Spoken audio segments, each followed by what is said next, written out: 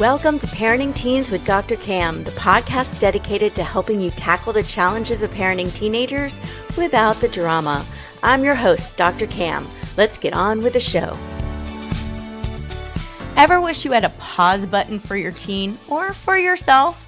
When you're in the middle of a meltdown or a standoff, it's hard to know what to say or do, so we default to reacting from fear, frustration, or straight up exhaustion. And let's be real, usually doesn't end well. But here's the good news. There is a better option, and that's exactly what we're diving into today. I'm joined by Jennie Phillips, a certified fitness pro, educator, speaker, mom of four, and the author of Yellow Light Moments, Maximize Your Health and Vitality Through the Power of Pausing. She's going to share a powerful tool you can start using right away, one that helps both you and your teen pause, reset, and respond instead of react. And once you get a hang of it, it can completely shift the energy at home. But before we jump in, do me a quick favor, tap follow and leave a short review. It helps more parents find the show and lets me know what's resonating so I can bring you more of it. All right, let's pump the brakes on overwhelm and learn how one simple pause can lead to more resilience, regulation, and real connection. Welcome to the show, Jennie.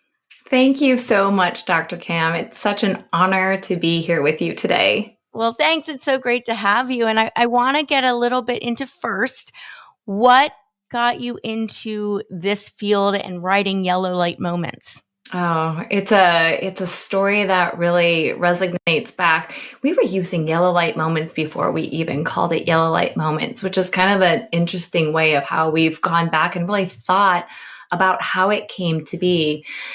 Oh gosh, I started as a teacher, and I think that even in education of secondary, when you're looking at high school students, you're constantly working on the ability of getting them to slow down their thought process, slow down their emotions. You're dealing with a really interesting time of life where a lot of times when they don't know how to work with their emotions, they go straight to freak out mode, and then they go straight to shutdown.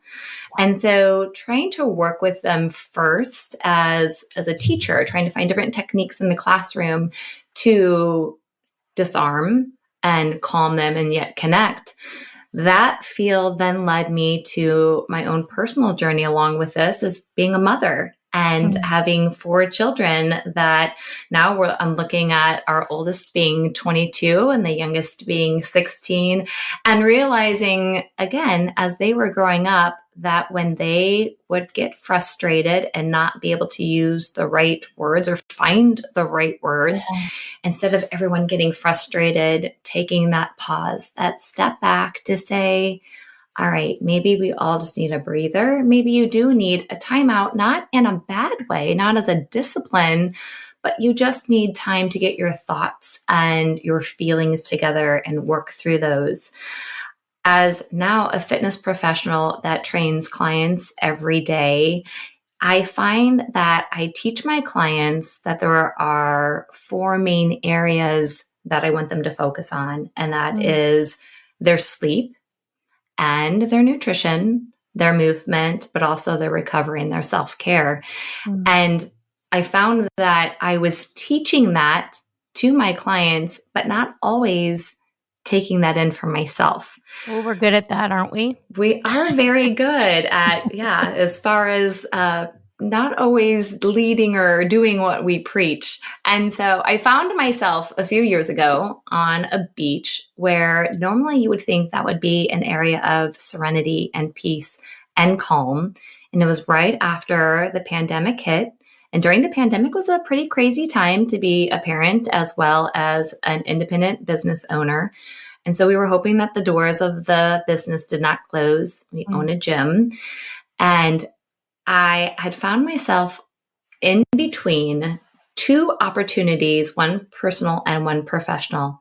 My friends had called and said, hey, we can run again in public. We can actually go and not have to do virtual races. Let's go down to Florida and let's run a half marathon. And I thought, oh my gosh, that sounds like a great idea to get away and be with my girlfriends and get a little bit of that recovery. At the same time, I had booked a professional conference in DC the following weekend. And when I did those two independent events, I did not realize they actually fell flanking weekends. And so I started to talk to my family and I said, wait a second, can I do this? Can I go to a run and then come home and then catch a flight again to get to DC for this conference? And my husband said at the time, why would you not just stay in Florida for that few days in between the flanking weekends? So instead of driving to Florida, doing your run, getting back into the car, driving 12 hours back to the snowy state of Illinois to sleep one night, to repack, to then fly back to DC, just stay in Florida, enjoy your time, and then go to the conference. Sounded like a perfect plan at the time until I was alone on the beach. And that's when I had my breakthrough of really what this yellow light moment in regards to how I was going to be incorporating it into my own life. And that's really where the book was born, because it was then when I was having this anxiety and this feeling of guilt and overwhelm as a parent, being away from my children, not having them on a quote unquote vacation with me, not having my husband with me, not having to work at the time. Now, all of a sudden, we're so focused on the business not closing during COVID, but here I am. I have no clients. I have no emails. I have no phone calls. I have no grocery shopping. I have no chores. I have no kids running around. What is this okay? Am I allowed to do this?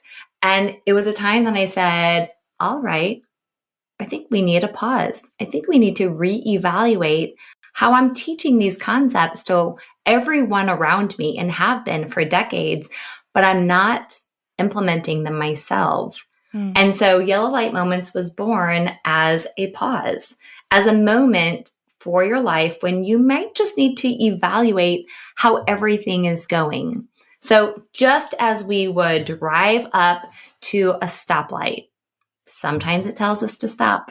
Sometimes it tells us to go. Other times that yellow light just means you need to yield. You need to assess what's going around, evaluate your area, decide if maybe you need to pivot and change your direction.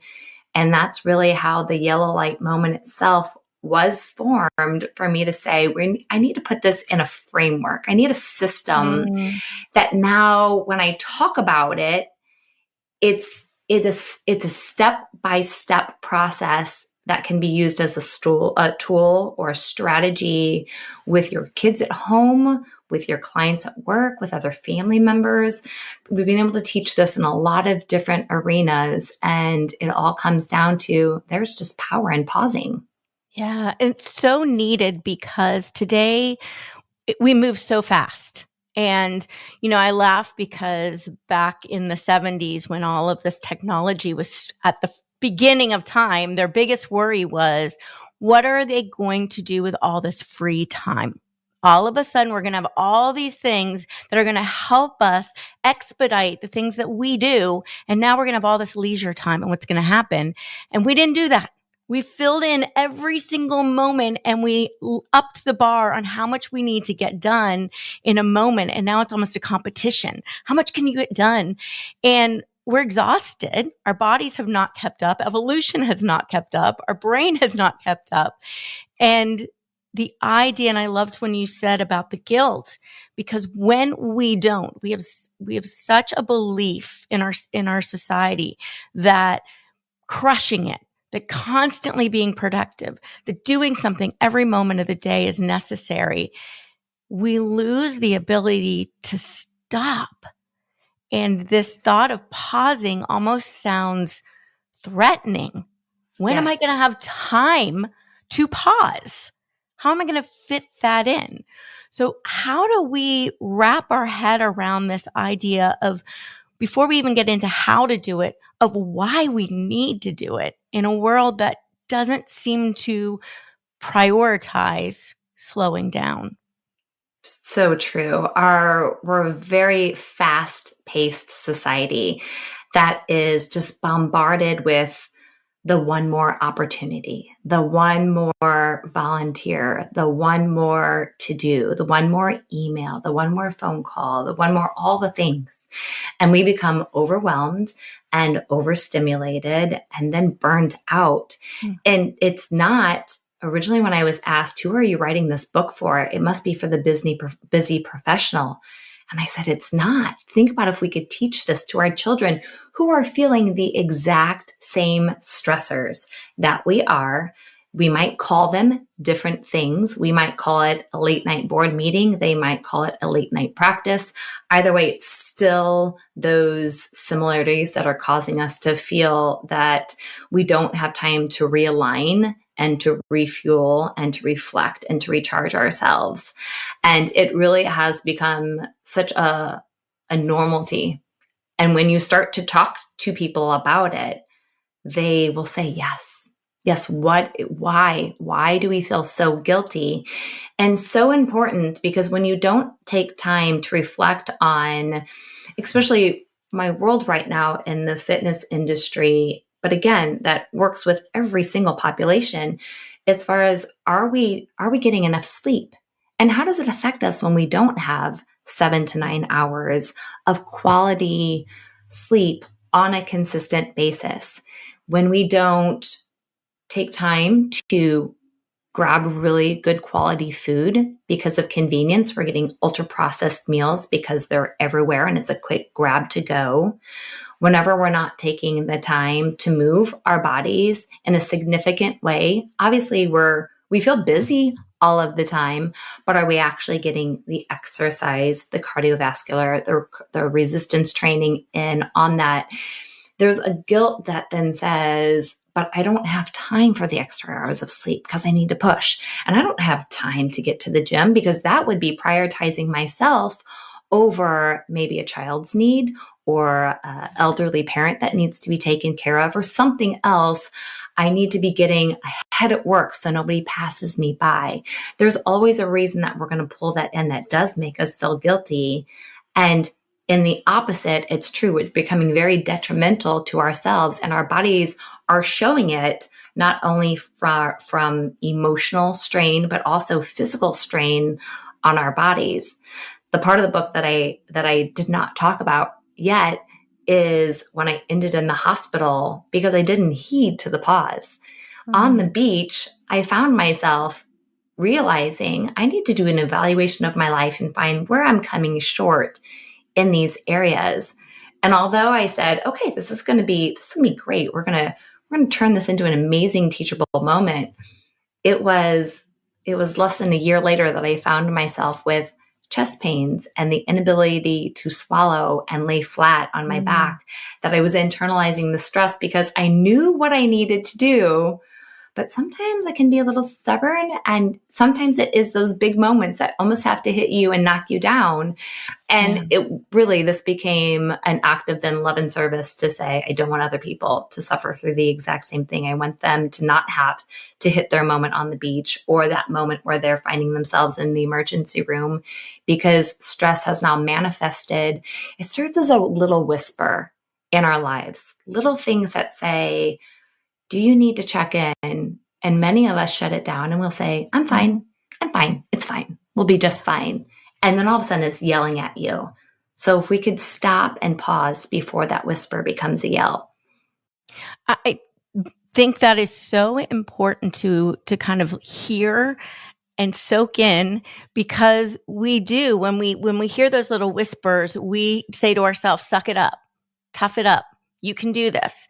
And we see stopping and resting as weakness. Yes. We see needing to take care of ourselves as weakness. And there's this, again, it feels almost competitive, and there's this badge of honor for being so busy you can't even breathe.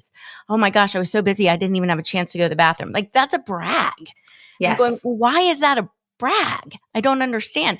And I think we throw this down to our kids, and I see this a lot where when our kids have a natural tendency, because they haven't been programmed by a society that we have to be moving all the time, we're in the process of programming them as parents, we call them lazy when they stop, when they just want to like stare at the clouds or do absolutely nothing. We're like, what? Do something. There's stuff that needs to be done. Why are you wasting your time? And we've lost the understanding that is doing something extraordinarily important and we're preventing them from doing it. And then we wonder why mental health is so terrible. Absolutely. You are spot on all of that. And sometimes it's just reframing the narrative, right? Yeah. It's us being able to talk to our children and say it becomes a shared language when you can teach them a yellow light moment. It's something that when our children were young, we would talk about these moments with them. We never used the term yellow light moment, but we used the word caterpillar. And I don't even know where the word caterpillar came from. It was just something we said, all right, whenever you feel like life is overwhelming and you don't know how to get on top of what you're trying to say, or the emotions are too much, or you're frustrated because we said no, or you can't, or whatever the situation was, we need just a common shared language in the household that says, you're not being disrespectful. You're just letting us know you need a moment. And that word was caterpillar. Now, as our kids have gotten older, we laugh because now my children will say, you've reached your question quota. And they'll say that to me. And at first, when they said it, I was like, I think that's disrespectful. So we have to make sure we're saying that in the right tone. Yeah. But my son, especially in the morning, he's not a morning talker. And so in the morning, I am. As a trainer, that's where my energy goes. And so I ask all of these questions, and you can tell he's not trying to be disrespectful, but at some point he's like, I'm just not ready. So he needs his boundaries. He does. And so you've reached your question quota has become just kind of the new caterpillar in our life. And it's our sign of it's a yellow light moment. I just need that time. Let's get into what do you mean by a yellow light moment? We've been talking about it, and I'm not sure everyone actually understands what that is. Absolutely. The yellow light moment is just a really great, again, shared terminology that you can use in any aspect of your life. And I break it down into 3 areas: the yellow light moment, the Y, the L, and the M. This is where my teacher comes in to shine, right? So you can't pull away from those. The Y means yield. And so that is our time to pause. Just again, as you're teaching your kids to look both ways when they cross the street, or as we're driving as adults and we have to come to that yellow light, it is our chance to pause and to just let your body sink in for just a second to create margin in your day, or a little white space like you referred to earlier. We don't allow ourselves to have white space just to check in with ourselves and say, how am I feeling? So the why part is the yield of the yellow light moment. That's just acknowledging you need a pause. And how you come about that in your day could be that you might need to set an alarm to remind yourself to take a pause during your day. It might be built in regards to maybe you're stacking a habit. And so in the morning when I make my coffee, I'm going to just take a second to pause and see how I feel about my day going forward. It might be that habit stacking in the afternoon as I'm brushing my teeth before bed. But sometime in your day, you're going to take that pause moment. The L part of that is that we just want to listen. We want to listen to what our body is and learn so that we can start to reflect. And this is where we start to ask really good questions. Am I tired? Am I upset with someone for what they said earlier? Am I thirsty or hungry? Have I had time to eat? Does my body feel twitchy and I need to move a little bit because I've been sitting too long? Have I been moving too much and I need to slow down?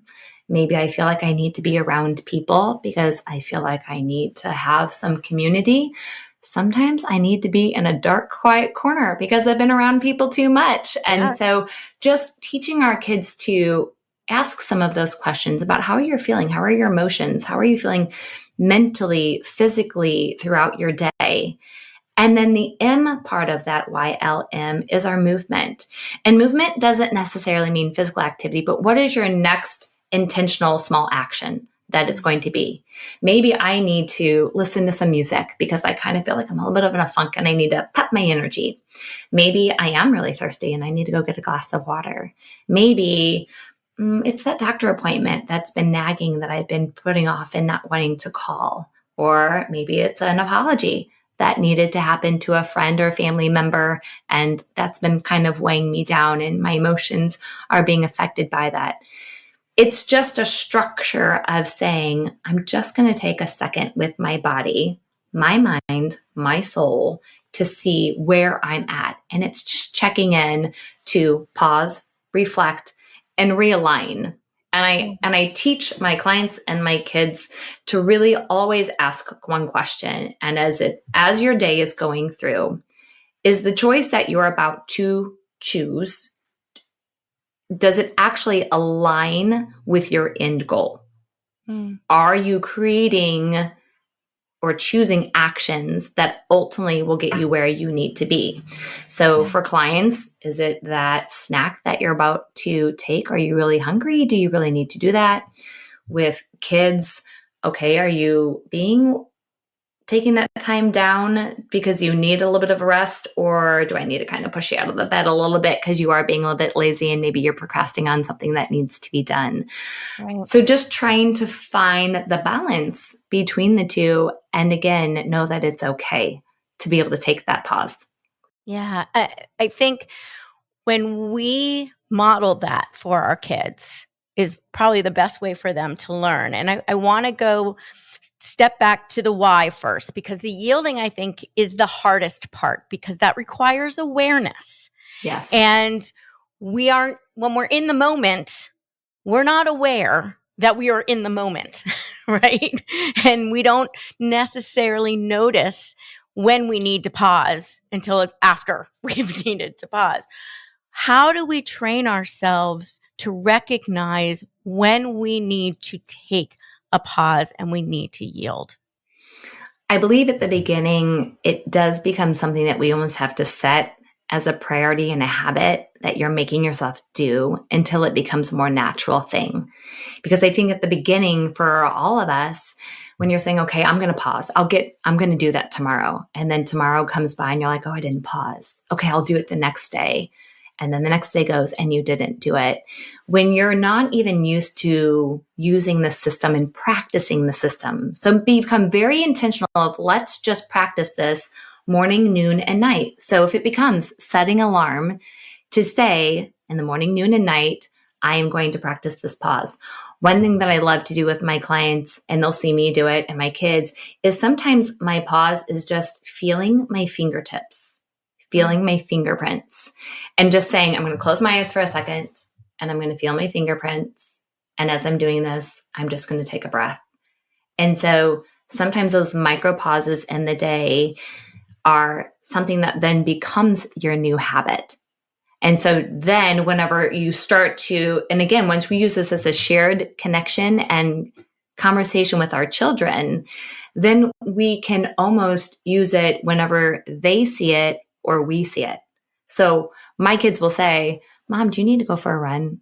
They know mom's mom's outlet is running. That is the way that I get my emotional and mental and just out.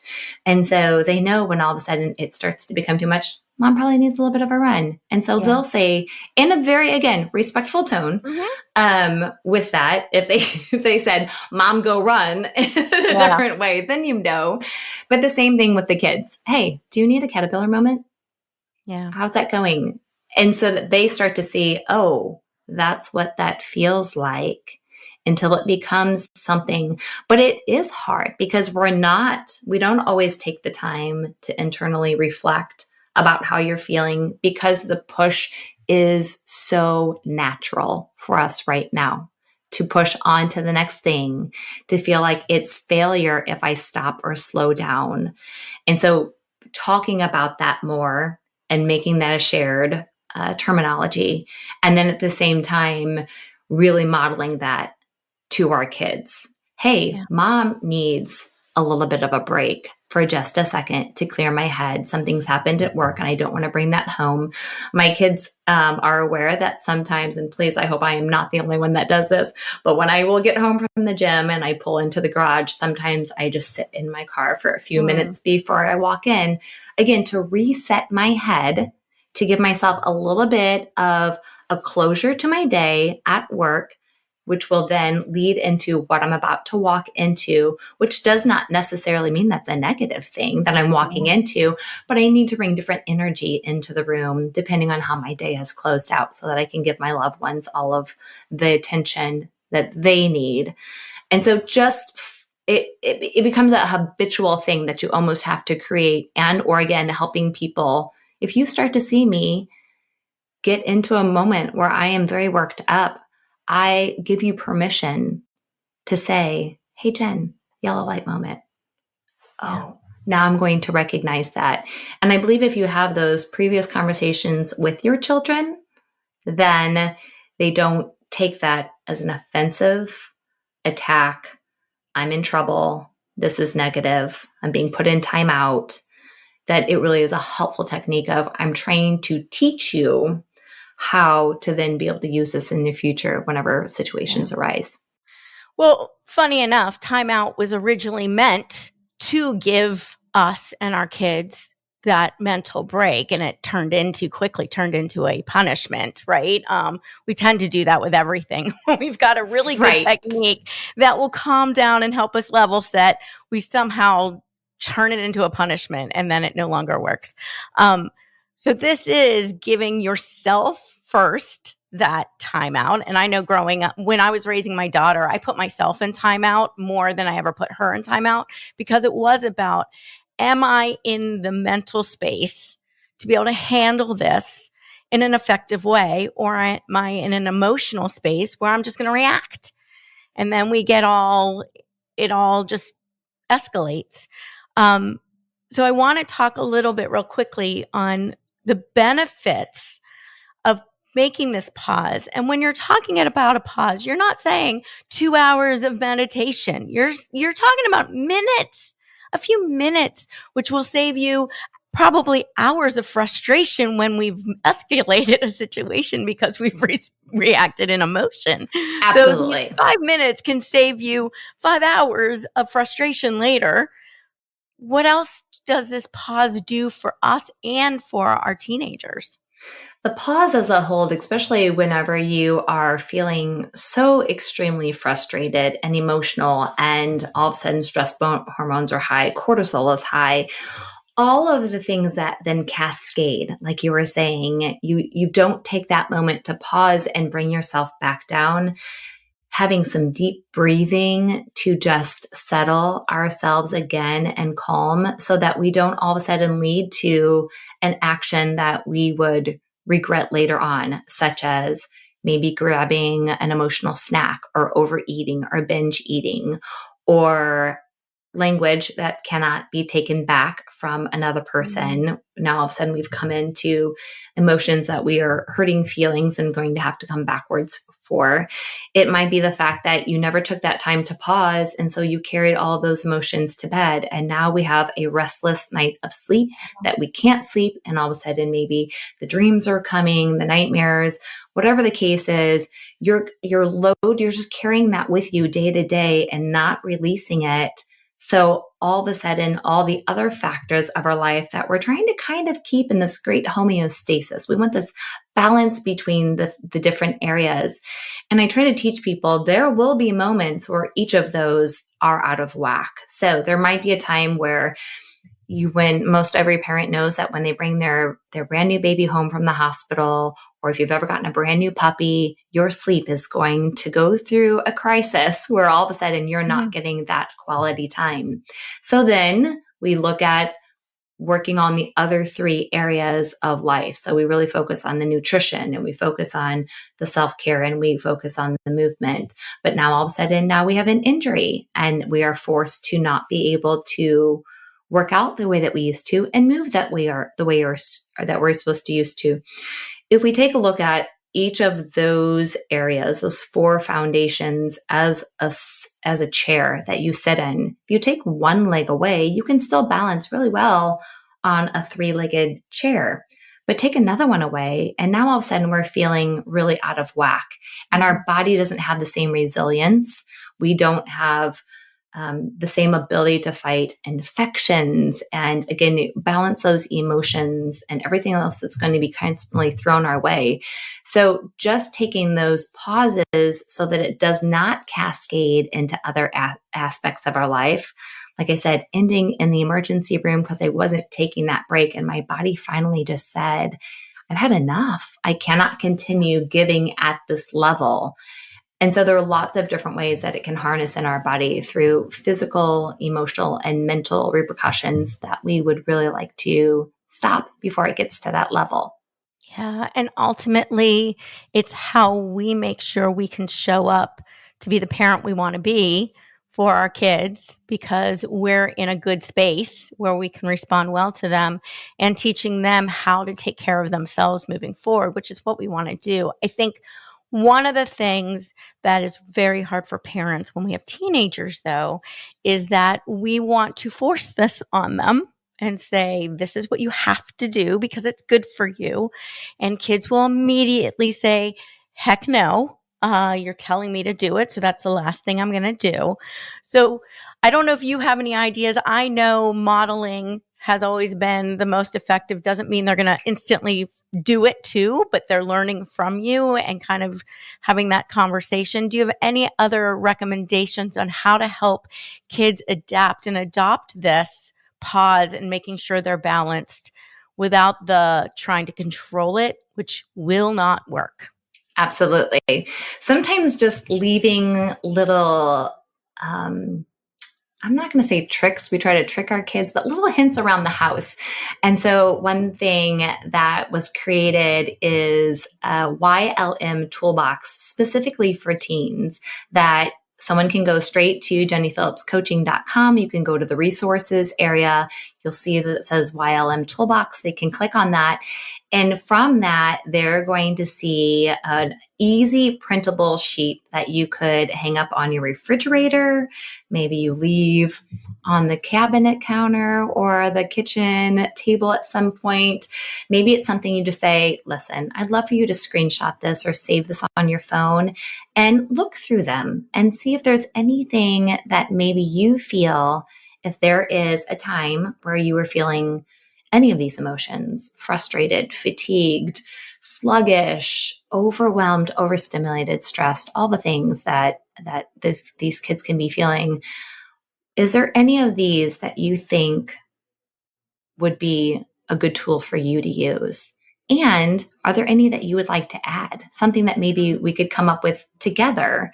So maybe it's an activity or something that you want to do alone, but maybe it's something, sometimes my daughter and I like to go for walks and we just do it very quietly together in regards to, I'm not asking questions. I just want to be in your presence and know that I'm here so that I'm here to support you, but at the same time, not forcing any of those moments. And so having little sheets like that or coming up with them just in a day that maybe is a really good day with your kids, and then they're willing to kind of have those conversations. Hey, what do you think would be some really good things that you can do if you ever yell caterpillar? Or you ever say, I've hit my question quota and I need to figure things out? What are things that maybe, because every kid will obviously be different, right? Every kid has their own language of what brings them joy and community and safety and comfort. And so for one person, it might be dancing. For another person, that might be drawing. It might be journaling. It might be meditation. It might be, going out for a great run, getting a workout at, because that will change and, boost the hormone levels, all the different things that are within their reach, but again, that are just safe environments for them to be able to reset and then move forward with maybe a little bit more clarity, calmness, the ability to take that next step. Yeah, I think a few things I want to throw in on addition to that, because this is so important to teach our kids. The younger we start, the more open and receptive they are to this. So we start learning and using code words or things like that. If they're older, suddenly coming to them with this new thing, they're going to look at you like you're crazy and think, where did this come from? And take it as a criticism that I need this. So I think it's very important to first focus on you changing it and focusing on you doing it, and then say, hey, I've been learning this thing that's really been helpful. I'd love to share it with you because it's helped me. Instead of going, you need this. Yes. Right? That's Yes. not going to, I'm just letting parents know that's not going to go well. I can tell you right now, will not go well. They do need it, but how we present it matters a lot. And this isn't a, you don't know how to do this, so you need to do this. It's a, hey, this has really helped me just find more calm and just feel better. I'd love to share it with you. Anytime we can model and give examples from ourselves are so huge. Because that's really when they say, yeah, these are things that my busy parents, professionals, business owners, stay-at-home parents, all of us are needing. And so when they say, oh, this is a very effective tool that they're using to calm, they're modeling it for me, maybe that's something that wouldn't be so bad for me to try as well. Exactly. All right, Jennie, how do people find you? They can find me at jenniephillipscoaching.com. They can find me on any of the socials, Facebook, Instagram, LinkedIn as well. Again, the resource tab underneath Jennie Phillips Coaching is a great place to be to see if there's anything additional that they would love to pull from that area. The book Yellow Light Moments can be purchased anywhere books are sold, Amazon, Barnes & Noble, Books A Million, Target. Look it up and it will be there for you. Perfect. And we'll have all the links in the show notes too. Any parting words for parents of the one kind of action item or thing that they can go do right now as soon as this episode is over to start moving them in the right direction? I think just reminding parents that you don't have to fix everything right away, that this is a process, and that sometimes the most powerful thing that you can give your kids is just that connection and that ability just to be there and listen to them when they are ready. And so really for a parent, really what I would encourage them to do is to start putting in their own yellow light moments today and see how it changes them. And then I believe if they feel, oh, this has been so awesome for myself, then again, it's just going to flow down to the kids, hopefully, or they'll feel more empowered to have those conversations with them because they can see the changes that are happening in their own lives.